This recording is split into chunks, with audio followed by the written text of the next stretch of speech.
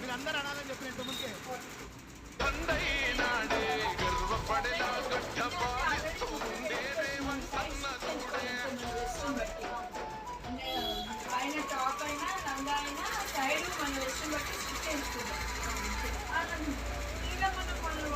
గోల్కొండ కోటనే కొట్టాలన్నటువంటి తర్వాయి పాపన విగ్రహావిష్కరణ సందర్భంగా విచ్చేసిన అందరికీ పేరు పేరున హృదయపూర్వకంగా ధన్యవాదాలు, శుభాకాంక్షలు తెలియజేస్తా ఉన్నా.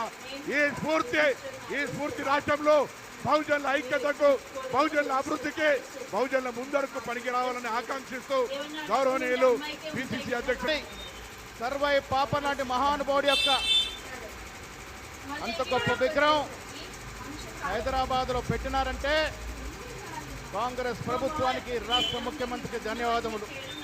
పోయిన ప్రభుత్వం స్ఫూర్తిగా నిలిచారు. మహేష్ కుమార్ గౌడ్ గారు చెప్పినట్టు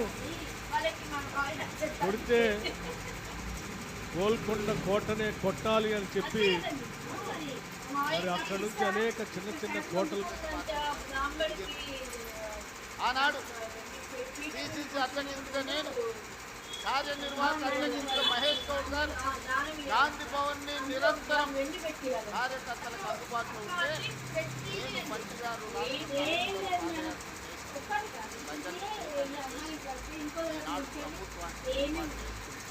మళ్ళొక్కసారి నేను ఒక మాట చెప్పగలను. ఈ రోజు ప్రమోషన్ వచ్చి మహేష్ గౌడ్ గారు ఎమ్మెల్సీ పిసిసి అధ్యక్షుడైండు. పిసిసి అధ్యక్షుడు ముఖ్యమంత్రి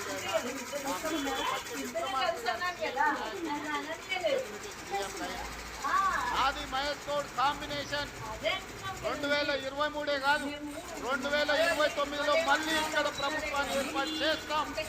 ఆనాడు డిఎస్ వైఎస్ ఏ విధంగా అయితే 10 సంవత్సరాల ప్రభుత్వాన్ని 2 సార్లు అధికారంలో తెచ్చారు, తప్పకుండా అధికారంలో తెస్తాం. ఆ అధికారంలో